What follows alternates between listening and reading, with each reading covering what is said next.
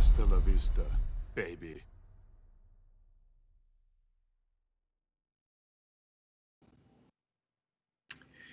Hi, everybody. I'm Barry Hertz, the film editor for the Globe and Mail, and welcome to this morning's explosive conversation about all things action movies. A few weeks ago, I was able to publish a list of the 21 best action movies of all time with the Globe as a kind of reminder of the summer thrills that most of us will be missing out on, in theaters at least, this summer, but that we can all revisit on our home screens whenever we're available to do so. Naturally, the list generated a good amount of discussion, both among action film fanatics and those who just like a little bit of a thrill ride now and then. And this morning, we're going to be talking about the list, why the things were included, why things weren't included, how it came about, what your favorite action movies are, and I'll be discussing the whole genre in its booming, bloody capacity with Canadian director Warren P. Sonoda, who I have lucky enough to be here right now. Warren is a BAFTA and Canadian Screen Award-winning director of film and television. His his lengthy filmography includes everything from television's Trailer Park Boys to Murdoch Mysteries to The Odd Squad to feature films including Cooper's Camera. And basically, I know he is probably one of the people who has been spending most of his childhood looking at the action and muscle and brawn on the screen and just imagining how he can be part of that world. So it is my very great pleasure to welcome Warren to our discussion here. Hello, thank you, Barry. Thanks for having me. Thanks for thinking of me. And yes, you certainly asked a filmmaker who's not only interested in doing action, but an action fan. And it's also, I mean, I'm a fan of filmmakers in general, so lists are very hard for me, because I instinctively want to include everyone. So kudos for you for going into the gauntlet of putting together this impressive list. Well, thank you, first of all. I think it's pretty impressive, but of course, I'm aware that people might think it is totally and absolutely wrong, which is, of course, they're right. So I guess. But isn't that intrinsic with any list? Like, it is. Because it's so personal, right? Like the memories I have growing up, we were talking in the preamble about, one of the earliest memories I have is going to see Star Wars at the Tivoli in Hamilton, and my brother's buying me, orange creamsicles. And I remember the orange creamsicles, and then, of course, I now know Star Wars inside and out. But, very, for me, a glaring omission from your list. And I'm wondering, when you were putting together, was there a rationale to how you wanted to include or exclude things? Yeah, I mean, there is totally a little bit of a method to the sheer madness that was going on. One of the first things that got me thinking about doing this list was around Christmas time. I had what is my annual rewatch tradition of going and watching Die Hard, Yes. which I think we can agree is both a Christmas movie and an action movie par Yes. excellence. Yes. And that just got me thinking of, wow, this is such a formative film for my childhood, for my adolescence, and for my sensibilities as a film fan. But what are the other kind of building blocks in action, and what do we consider as an action movie? And I think you'd get different responses from, your different upbringing and what generation you belong to. Sure. For me, I'm a '90s kid, and a lot of the action was what I was introduced then, and what I was able to kind of backtrack through Blockbuster and VHS and DVDs as I got older. So what was part of it? It was big set pieces, right? Yeah, it had to have some big set pieces. It had to have some ground action, kind of street level fights. It had to have, kind of the hero with a mission, a kind of really detestable villain, and all those kind of come into it, and with a little bit of humor and a lot of just impressive, oh my God, how is this ever possible kind of stuff. And that's kind of what formed it. So And a lot of unrelenting pace. Like when I look at Yes. the list, just like the pace of these movies, even for the, when we get to look back at something like Bullet at the time, or Peckinpah, obviously Wild Bunch. I mean, just an unrelenting visual kineticism to the Mhm. films. Exactly. Um, all right. So yeah, I guess that's kind of how you would do it. Now, I also was like tossing and turning, like, well, what is an action movie compared to what is a war movie, compared to what's an adventure movie, compared to what's a sci-fi fantasy movie? And I had to make some hard decisions. I'm not gonna lie. All right. No Marvel. There's no No, Marvel on this no list. Marvel. I mean, if there was though a Marvel movie that really changed the game in terms of action cinema, it would be here. Okay. But I just don't think that any Marvel entry really has done that yet. They're very I formulaic. I love Black Panther. I'm sorry. It for me, it changed a lot of things. It changed a lot of the discussion around what is a superhero movie, and standout set pieces, unrelenting pace, hero, villains, all the things you just listed. So, uh, you know, But but which again, that's the thing. That's the thing about lists, right? mm, Is there's always going to be something excluded. well, that's the thing. And as I stated at the beginning of the list, is a highly subjective thing, very built on my own personal sensibilities. But at the same time, I did try to acknowledge kind of the forebearers of the genre, the building blocks of what modern contemporary action cinema has become. And also, recognizing that action cinema is not exclusively a North American domain, not in the slightest. I mean, so much of the best action cinema, in my opinion, has come from around the world, specifically Asia. Hong Kong occupies two of the top three spots. Indonesia, I find right now, is having a tremendous action cinema boom. And, one of the greatest action movies of all time, one of the things that really if you had to draw a line from when people even considered what an action movie could be, would be the Japanese film, Seven Samurai. Yes. Um, And then Hidden Fortress and a lot of things that came out of that. Yeah. exactly, and then we go into what is a Hong Kong film with the Shaw brothers. There's just so many avenues of exploration. I gotta say, seeing Hard Boiled placed so high. I mean, so I went to Ryerson Film School, and I successfully failed 2 years of it.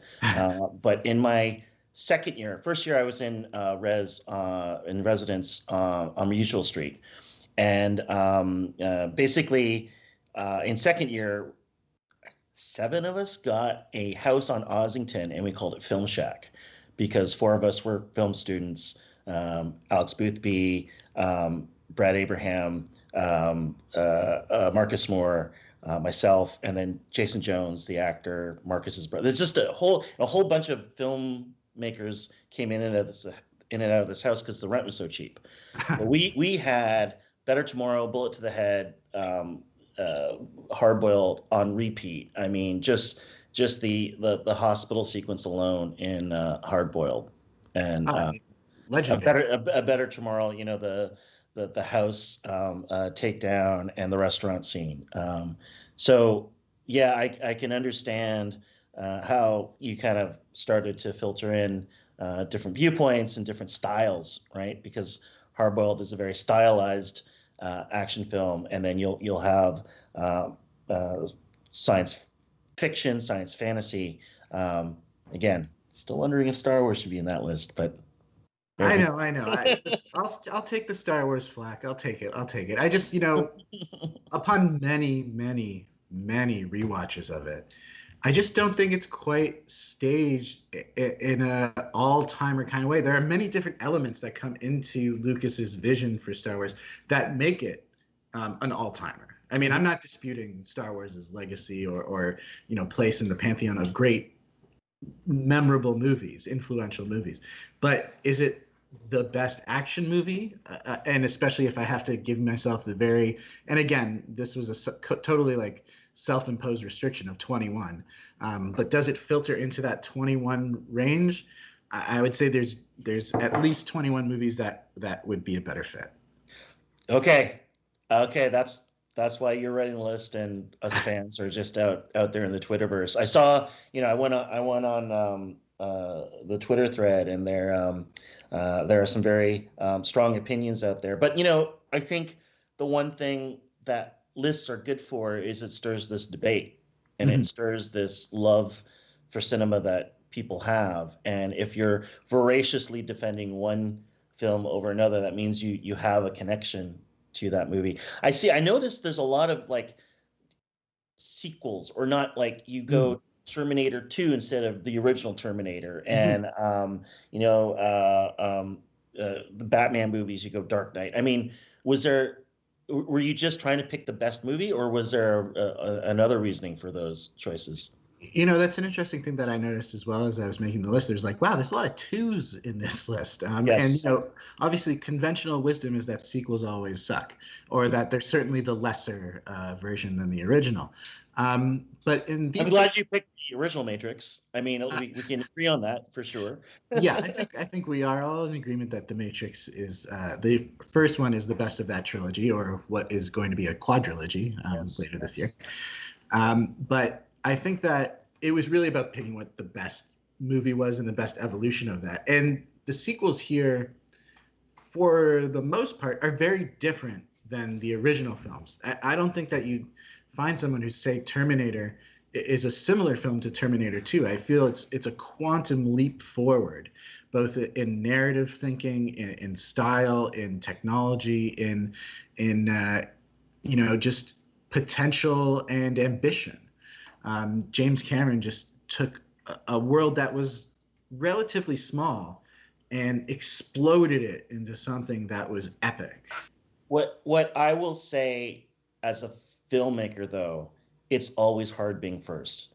And that first thing, that first draft, that first idea, that first version that you come up with, birthing it. I mean, I look at Terminator as a blueprint of, how to go about putting together science fiction in a way that was, when I saw it, was like, whoa, I can't believe. Same with Matrix. I mean, Matrix for me, in your top 10, maybe higher for me. I don't know. Maybe The Rock goes down lower. We can shuffle this list as we see fit. But when I saw it, it really, when I think of 1999 as sort of the halcyon days of, like, I was doing music videos, and 99 was a great year for making music videos in Canada. And The Matrix came out and just put a finger on a pulse that was kind of, we were starting to feel like, oh, something's wrong. We're being duped here. And what is this thing? What is this veil that we have to take off our eyes and actually see the world for what it is? And I think some of these films, the importance of them do that. They redefined storytelling in at certain times in certain ways. And although Terminator 2 for visual effects and the liquid Terminator and everything, phenomenal. For me, that first Terminator, I just think it would be so hard to birth as a fully fledged idea. Yeah, no, I mean that's a fascinating insight, and something that I think viewers who are just receivers of a piece of work and not the creators are a little blind to.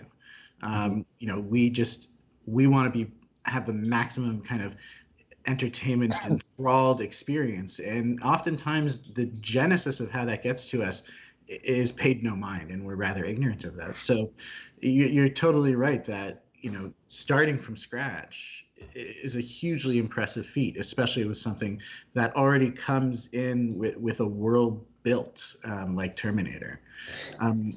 But then to advance it, I mean, you place Fury Road very high on your list. I would say the highest on your list. But to advance a story like Max and his car, it was in the Globe piece where you quote the Soderbergh line about it, right? He did a great Hollywood Reporter interview about Mad Max, and this is when you're like, as a filmmaker, you're reaching a level when other filmmakers are just baffled. The full quote, if I can say it, is Please. the ability to stage well. This is Soderbergh speaking about watching George Miller's Fury Road. The ability to stage well is a skill and a talent that I value above almost anything else. And I say that because there are people who do it better than I'll ever be able to do it after 40 years of active study. And his active study is not just watching movies, but making them, obviously. I just watched Mad Max Fury Road again last week, and I can tell you I couldn't direct 30 seconds of that. I don't understand how George Miller does that. I really don't, and it's my job to understand it. And then he goes on to say that watching Mad Max, there are four things that I suddenly picked up the math on. This shot went into that, and to that I picked up the math of what on a real visual level, what connected those sequences of shots. I wasn't born with it, so I have to do these workout sessions. I envy it, and that's such a high compliment when you make a film, and personally when I've done work or made films or television, and then I get a message from another filmmaker going, you know what, that was special. You've reached something. So whether or not people agree that Fury Road is that high on their list of action films, I watch it and go, wow. I think Soderbergh was onto something. How do you direct 30 seconds of that, let alone the full unrelenting drive, that they go on? Mm-hmm. Pretty impressive. No, and in my memory, I kind of had a theoretical measurement of just how long and how far my jaw was dropped while watching these films. Mm-hmm. And while watching Fury Road for the first time, I remember very specifically, I was lucky enough to catch an advanced screening of it in the Warner Brothers press room. And I was just totally slack-jawed the entire time. Mm-hmm. And it is a roller coaster that never ends. It never lets up. With about maybe is that me? Oh, is that me or you glitching? Sorry. It could have been you, or it could have been me. But okay, it's the Matrix. It is the glitch in the Matrix right now. The Matrix. Agent Smith has found us. He's very upset the Matrix was placed so low. Right. But I'll just say, in terms of just impressiveness and sheer intimidation factor, Fury Road wins my memory hands down. Right. But on the other question of the sequel question, yeah. I feel the other instances, for instance, like the Raid 2, that just took an idea and then really expanded it and really decided to be as ambitious and crazy and bombastic as possible. Right. And the same with the John Wick example, I would say that took a conceit and then I felt refined it.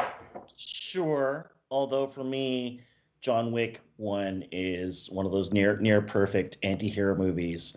It's just about a guy upset about his dog, and I went along for that ride. And again, it's that first birthing of it. If it wasn't done the way they did it, and if Keanu wasn't on top of his game for it, then that movie, there would be no 2 and 3 chapters. John Wick, I mean, I would choose 1 over. What did you pick? 2? 2. 3. Yeah, 2. I agree on Fallout though. Mission Impossible. I mean, the action sequences in that movie is mind blowing. And the first Mission Impossible, I just remember watching and going, okay, that's pretty good. Yeah. But Fallout just blew my mind. I do wonder. I have a question for you. Yes.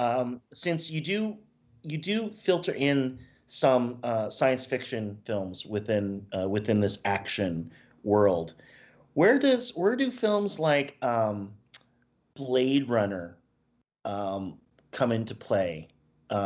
If you're picking a movie like Matrix, if I look at the DNA of science fiction films in my life, it's 2 strands: the Star Wars, and then when I saw Blade Runner, not in the theater because I was too young, but on a VHS tape at my aunt and uncle's because they had Super Channel, and I watched it, and I'm like, oh my gosh, this is Tears and Rain. Tannhauser Gate. What is a Tannhauser Gate? I mean, I was just blown away. Where does the emission of something like Blade Runner come into your thinking? Well, Blade Runner is, I would say, like a sci-fi thriller rather than an action movie. I mean, can we name a lot of set pieces or really like memorable action moments? It takes down Zora. The entire Rutger Hauer rooftop at the $1 Million Hotel in Los Angeles. Uh, yeah, I mean, I only do eyes. I mean, there's so many moments that are, yeah, I get it's a detective film, but so is what was another one? I had a I guess Matrix was the one I drew uh, almost a fair comparison by. Yeah, I guess like it's just the Matrix has so many of what I would call those traditional but not traditional action movie moments. It's got the car chase, it's got the shootout, it's got the rescue scene, it's Hmm. got the hand-to-hand combat, and Blade Runner has some of that, but those are kind of more like hiccups almost in the storytelling rather than the feature of them. Okay. It's more of a narratively driven story. It's more of a plot driven story, I should say, than one that is defined by I'm going to speed up to this scene that I know is Right. going to give me the adrenaline that I crave. Okay. And I feel that's actually kind of like a consistent theme throughout the list for the most part. Too much There are thinking in like, Blade Runner, maybe. Too much thinking for you. well, To, yeah, to be look, I don't want to think so you much. I don't want to you think so much. you just hit on another keyword in my last sort of pitch back to you in terms of your list or omissions on your list Mhm. is you mentioned speed up. So speed, and then another movie I questioned of if it was even talked about being on the list was The Fugitive. Mm. So both movies for me, when I saw them in the theater, they just hit me viscerally and kinetically. All right, sorry about that interruption, folks. A little blackout hit the action movie household here. I guess the gods were not happy with what Warren and I were talking about. Mainly, maybe it was the glitch in the Matrix again. Yes, Matrix Anyways, being so low on the top 10, right? Just cracking it at 9. imagine if Uh, I didn't include it at all. I don't think I'd ever be able to send an or email maybe again. it's the omission of speed, right? It's like if you were Keanu, I lost you, and I was just talking to Jeff Daniels trying to get this bus, keep it moving forward, and that makes me Sandra Bullock, and I'll take that because we were just talking about the omission of speed and the fugitive from the list, and I'm just wondering if they were discussed. Yeah, The Fugitive certainly was discussed, but again, that kind of fell into my own, and again, very self-arbitrary category of an adult thriller with one or two really stellar kind of set pieces. Of course, we're talking about when the bus gets hit by the train, Yes, train and sequence. when Harrison Ford jumps off, and Tommy Lee Jones doesn't care. Um, and so those are very memorable, and I think it's such a well put together movie, and it's one of those movies that were I to have cable television anymore, if I was ever flipping around and saw it, no matter at what point, I would stop and I would almost finish that movie. Mhm. But action movie, I don't know, not really an action movie, at least not compared to at least the half dozen other Harrison Ford examples that are out there. Sure. And then with Speed, it's kind of the same thing. It was a very close call. I already had my I think it's Keanu a I think it's movies. a I think it's just one of those prototypical action movies. Like there's no other Yeah. way for me to classify that film. And when it came out, we were talking in the preamble. I mean, Graham Yost just wrote I think just a perfect Hollywood script at the time, and it became speed on a plane, speed on a train, and It's the true. relentlessness of it. The whole idea, the Hitchcockian ticking time bomb that the audience is aware of, playing the dramatic irony there. I just really loved the ride. I remember seeing. I probably saw it 4 times in the theater. I don't, Yeah. maybe it wasn't a very busy summer, but like I just loved that film.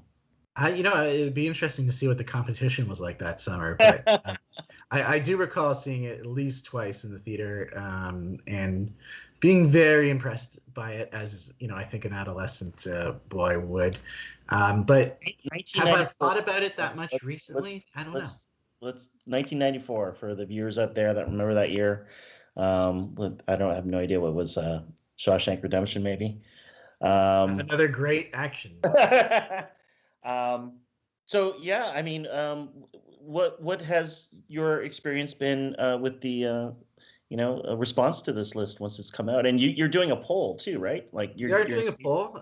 We just entered the final round, where the so the we did a bracket because if you like action movies, you like sports, I guess. Even though I couldn't tell you, it took me a while to figure out this bracket. But basically, we had the Globe and Mail readers write in and vote for their own things, and we have now been left with the final two movies standing, which were. What's the final four? Like usually. Oh, the final four. Let's go to the final four. You know, for the playoffs, you have to win your conference, right? So. Exactly. Okay, so the final four: Raiders of the Lost Ark. Yes. Kill Bill. Kind of surprising it made that far. Okay. The Dark Knight, and Die Hard.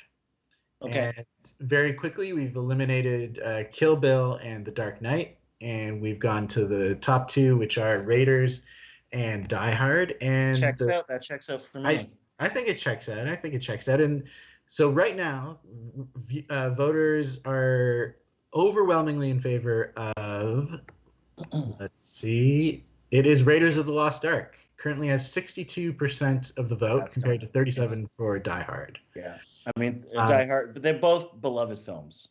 Both beloved. I think you'd really have to search far and wide to find detractors of either film, whether it's just purely as a film or as an action movie. And I think, both these films, it's interesting, they have a high rewatchability factor to it. Yes. I feel I can't even count the number of times that I've seen these films. And again, these are kind of the films that you would stumble across on cable or whatever, and you would just stay with it till the end because both of them hook you at multiple through points. 100%. What the hell is The Rock doing so high on your list then? Oh, okay. Well, let's break this. No, let's talk about the history of action films. I like The Rock like anybody else. I also like Armageddon. I generally can sit and watch a Michael Bay film and go, I cried during Armageddon.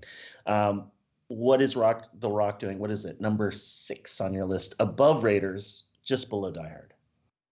The Rock is one of the most thoroughly enjoyable, bananas, assaultive action movies that have ever been made. It's just like constantly trying to impress you and impress you into a state of just like action movie paralysis in a way. Okay. It's just like throwing everything at the screen. But there is a method again to Michael Bay's madness there.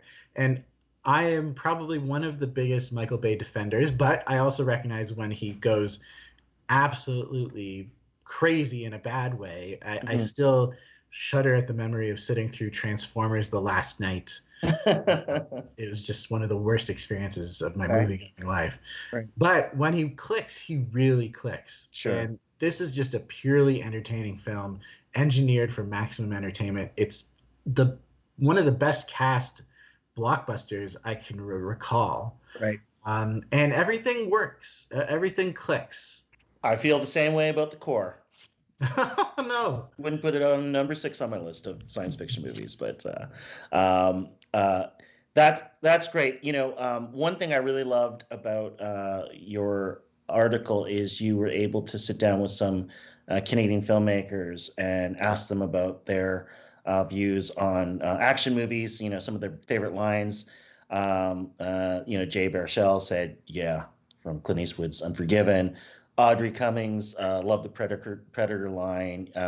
You had Albert Shin, Viv Caldinelli, just amazing filmmaker. You got some really good people talking. And I guess the one thing that I hope when this list comes out again, 5 years from now, you do another one of these maybe? Sure, yeah. That we see some really good Canadian action films that can be included because and we have the talent, we have the filmmakers, those filmmakers I just talked about. I'd love to see an action movie from Corey Bowles. RT and Charles are doing The Porter right now, but I know RT has an action movie in him somewhere, and then seeing Kari Skoglund just light up the Marvel Universe, Falcon and Winter Soldier, Jeff Barnaby, Blood Quantum. Action is just one of those genres that I hope we get a chance to inhabit more as filmmakers in this country. It's expensive, I get it, but you look at some of the best ingenuity that we have, and I'm sure we can come up with some great entries. I'm positive that we can. And it's interesting that you mentioned, the Canadian factors. So one of the sidebars to the piece that I kind of wanted to explore was, what is a Canadian action movie? Is there a Canadian action movie, really? And I kind of came to the Bad Cop, maybe. maybe. But I kind of came to I had a theory, and, hear me out. I think that one of our kind of secret, hidden in plain sight action movie maestros is David Cronenberg. For sure. We have, he knows how to stage excellent car crashes. Mm-hmm. He does horrific things with the human body and blood. Mm-hmm. He knows how to do gunfights of a sort. And physical fights. And physical fights, as we've seen. Yep. Exactly, and history of violence.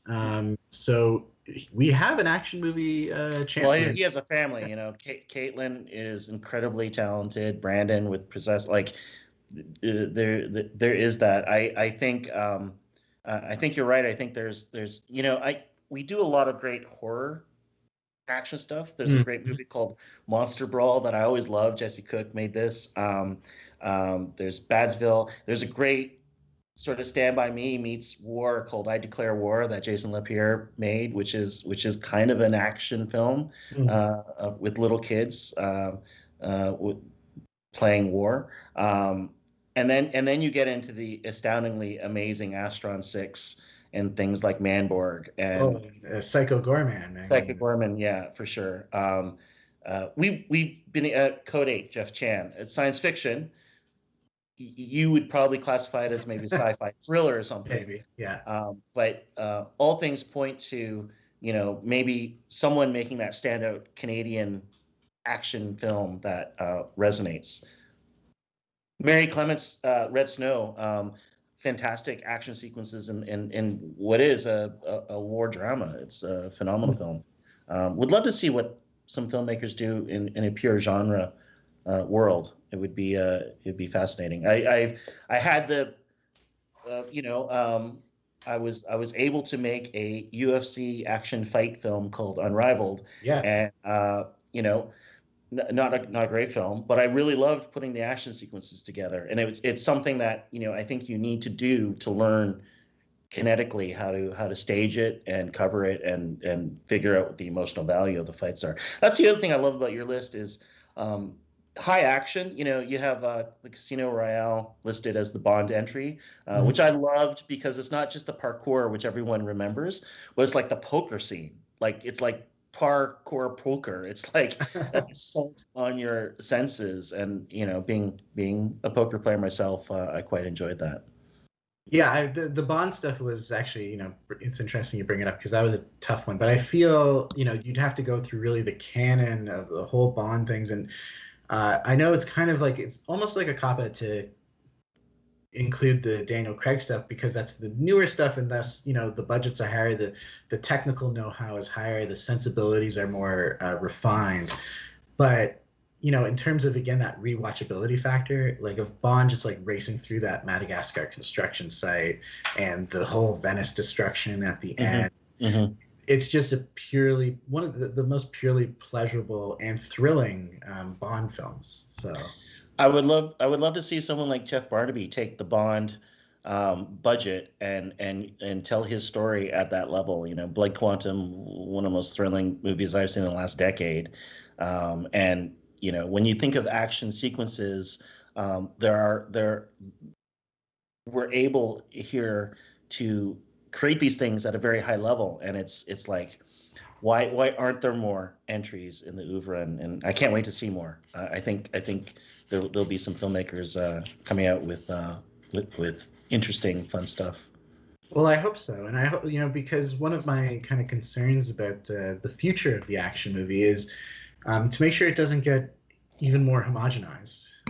We were talking a little bit about the Marvel Cinematic Universe, and I know you were a big fan of Black Panther. Yes. And I enjoyed that quite as well. But there is, I think we can agree there's a certain formula those movies follow. And I would say that a lot of contemporary, big budget action kind of thrillers do follow. Which was really interesting. I just did an interview. I moderated a talk with Matt Shackman, who did WandaVision, and it's really great to see them take a very bold risk in storytelling with something like WandaVision, because maybe that will indicate that they're this formula that you're thinking might they might take a chance in their feature films if they're doing it in their television, which is just as good and just as compelling. Mm-hmm. I mean, yeah, that's interesting because we do hear that a lot of the best and most inventive kind of storytelling is being told through episodic storytelling rather than the feature film world. So it's an interesting question of where those limitations are going to be. As in the first episode of The Falcon and the Winter Soldier, I mean, that has more action than a lot of the movies that I've seen in recent years, and it's a question of, are they going to be given the scale? Are they going to be given the budgets? And are they going to be given the time to come up with that? I'm just checking into the Facebook feed, and there's a picture or a GIF of a Chihuahua. And then Jason asks, what about the Expendables 1, 2, and 3? And I guess the greater question is, where does Sylvester Stallone sit in your action pantheon? It's true. Sly is absent from this thing. I mean, it's an oversight, I would say. Like, I can name a good number of action films featuring Stallone that I really highly enjoy. I mean, obviously First Blood, and also like his not the most recent Rambo, which was very bad, but the one before that, where he was like sent to, I think, to Burma to rescue the missionaries, which is a cartoonishly extravagant orgy of violence in that movie, which is just impressive to see on a technical scale. But so, and I'm also a big fan of Cliffhanger. Right. Yeah, Cliffhanger, fantastic film. Cliffhanger, this is perfect like early mid 90s action movie cinema right there. Mm-hmm. And I have a real soft spot for Demolition Man too. Demolition Man's great. Yeah. I mean, I really loved sort of the boldness he took in something like Cop. That I wish he was able to do more of. But or Copland, sorry. And then if you like Demolition Man, it's like I'll counter with Judge Dredd. Yeah, Judge Dredd. That's another interesting one. I mean, but we can say like he tried to kind of redeem himself in that way with the Expendables, but the Expendables is a good case study in just like why Stallone has remained Stallone. Like, it started off very strong, interesting concept, and then kind of like had a very good elevation in part 2. I would say part 2 is probably the best of the Expendables movie, but then part 3 I just felt like crashed right into the ground, because again, like part 2 was, I feel, Stallone recognizing what he's best at and what audiences want, and then 3 he kind of tried to almost like self-censor himself and wash things down into like PG-13 territory. So interchangeably, could you say that about the Rocky franchise or the First Blood Rambo franchise? First movie is very like we were saying before, it's so hard to birth that first iteration of an idea, and Rocky was such a powerful film, and First Blood, for all its problems, is it really had that drifter walking into the middle of hell of his own making, but it had that sort of that Western feel, like a contemporary Western film, and reimagined. So interesting films from him. Yeah, very interesting, and I do wish he could still get kind of back to basics. And listen, the guy's not going anywhere anytime soon. He looks at so he's got at least another 1 or 2 film franchises in him. Right. So we're actually we're edging to the end of this right now, but I do want to get to one of the reader questions that has come in here. This is from Heidi. She says, Hardboiled is number 2. One of the worst films can only be chosen based on being a cult following. I you know I just can't I can't get behind that at all. I understand the cult following, but I feel that it's just because people, North American audiences still haven't had really the chance to be exposed to that kind of work, and especially John Woo's pre-American work. Yeah, I mean, there's arguments that, The Killer or Better Tomorrow, in terms of storytelling, might be better or worse, however you want it. But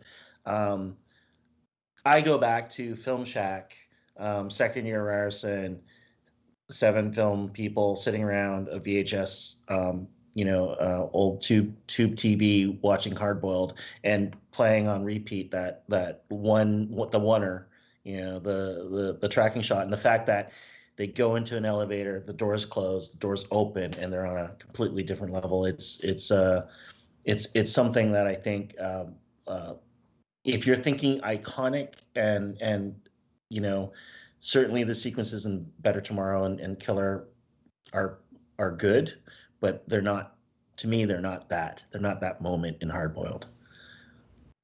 Yeah, very, very fair, very fair. So another one of the questions we're getting is, what would you place, Warren, on your top 5, or at least maybe top 3? Oh, I hate lists. I love them all. Definitely, if I was to pick movies that really got me growing up, Raiders would definitely be number 1. Matrix maybe number 2, and Die Hard number 3 maybe. And then I would probably drop something off and see a place for Speed. And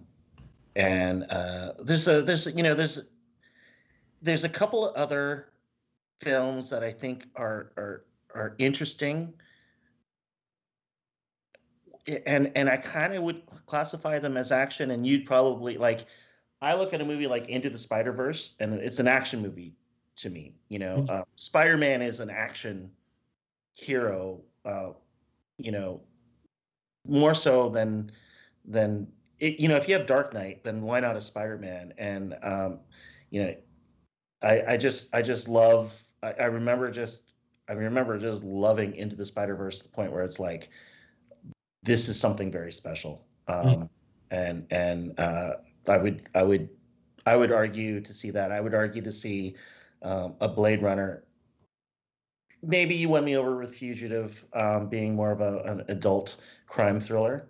But you have crime thrillers on your list as well. So, but yeah, top 3, definitely somewhere in that range. Again, I'm excited to see what my friends will be making coming up. I'm supposed to watch a rough cut of Jeremy Lalonde's new movie. I don't think it's an action film, but like, as we keep making films, Jennifer Lau made a great movie, End of Days Inc., and it's like, I get the vision, I get what it was. I want to see the next movie. I want to see these filmmakers continue to tell stories and explore different genres. And why not action? We certainly do horror, and we're starting to do great science fiction. I mean, Jeff Chan's Code 8 is phenomenal, and that's kind of, for me, the forward-looking side of things is where can Canada land on this list? I agree. Well, I can't wait to see what the next few years bring in that regard. Yeah. But we are just hitting our mark here, so I'm gonna close things off. I'm gonna say thank you so much, Warren, for joining us. Thanks for inviting me. Everybody watching, please go and seek out Warren's filmography. It was just a pleasure talking all things action with you. I just gonna say, for those here who didn't catch the full conversation, or you want to share it, a full replay is on Facebook, on YouTube, and please do subscribe to the Globe and Mail's What to Watch newsletter. That can be found at the shortcut of https://tgam.ca/what-to-watch. Or if you really go on any of my film reviews on the Globe and Mail, you'll find a handy link there. So thanks everyone for joining us. Again, thank you, Warren, so much for taking the time. And keep reading and keep watching, and enjoy the rest of an action-packed summer at home.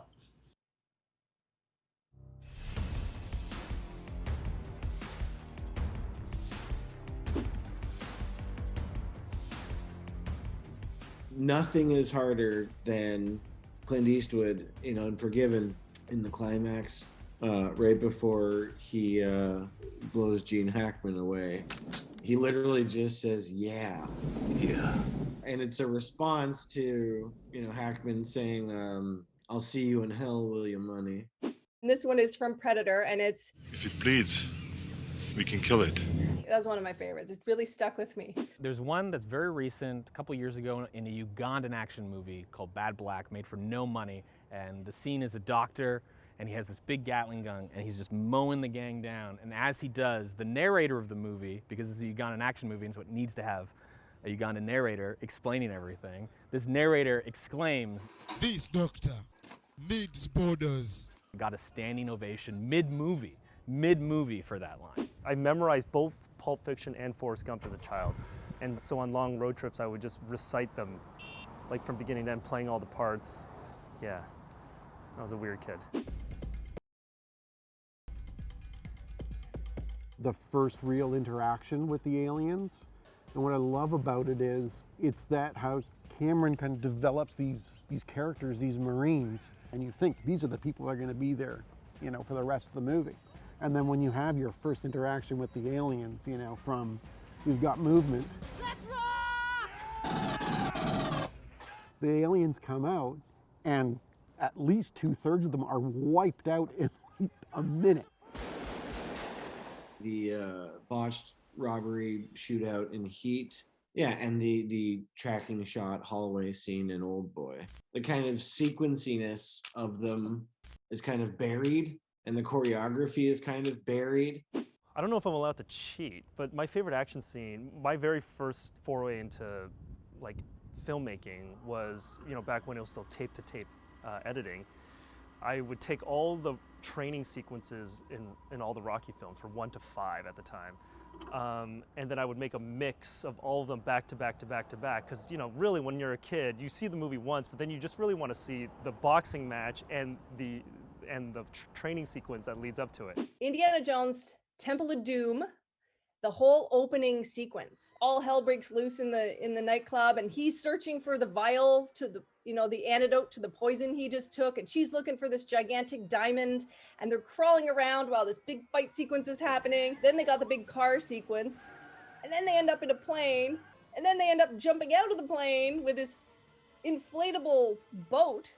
To me, that was like non-stop action. That was like the best sequence ever. When it comes to action cinema, I love action films from Asia, Hong Kong, Japan, Korea, and I would say it would be 13 Assassins by Takeshi Miike. The last 40 minutes are non-stop action. The first time I watched it, I was like, wow, that was amazing. That seemed to be a kick-ass 20 minutes. And then I went back, no, it goes for 40 minutes. I kid you not. Just insane battles. There's even a cow on fire. If you could do like an Expendable style with William H. Macy and Paul Giamatti and Leslie Manville and Allison Janney, I think that would be fantastic. I mean, who wouldn't want to watch that movie? Friends of mine and I had sort of, since we were like 18, we're wanted to make our version of The Punisher starring Daniel Day-Lewis. What about The Innocent Bystanders? I think I would direct out of a movie with Scott Adkins. I think we could blow some up pretty well together. This would have to be all these actors when they're in their prime. Donnie Yen, Sammo Hung, then from Thailand, Tony Jaa, Sonny Chiba, again, when he was in his prime in the 1970s. Jija from Thailand. But I would say the wild card in there, after recently seeing him, would be Bob Odenkirk. Don't call 911. Nobody is a crackerjack action film. Really the kind of the tonic for this pandemic that we need to just kind of put all of our frustrations with the world into this action film. I'm still a big Kurt Russell person. Love him to death. And he would be my number one. Keith David too. And he's always had great lines, great delivery. Another person too that I really like is Carl Weathers. And I'm glad to see that there's a kind of resurgence for him. But I like unironic Carl Weathers. You know, it was great to see him in Happy Gilmore and these other things in Arrested Development. Baby, you got a stew going. He was in Rocky and in Predator and stuff. I love that stuff. And Action Jackson is arguably one of my favorite movies of all time. As with the rest of the world, I'm a big fan of the Fast and the Furious franchise, but I would love to see that cast merge with the cast of Den of Thieves, because I've also become a big fan of the camp factor that is Gerald Butler. I think his movies are so ridiculous and entertaining in a way that does feel like a throwback to 80s action movies, and I would just love to see those worlds collide, like some sort of like furious den of fast thieves.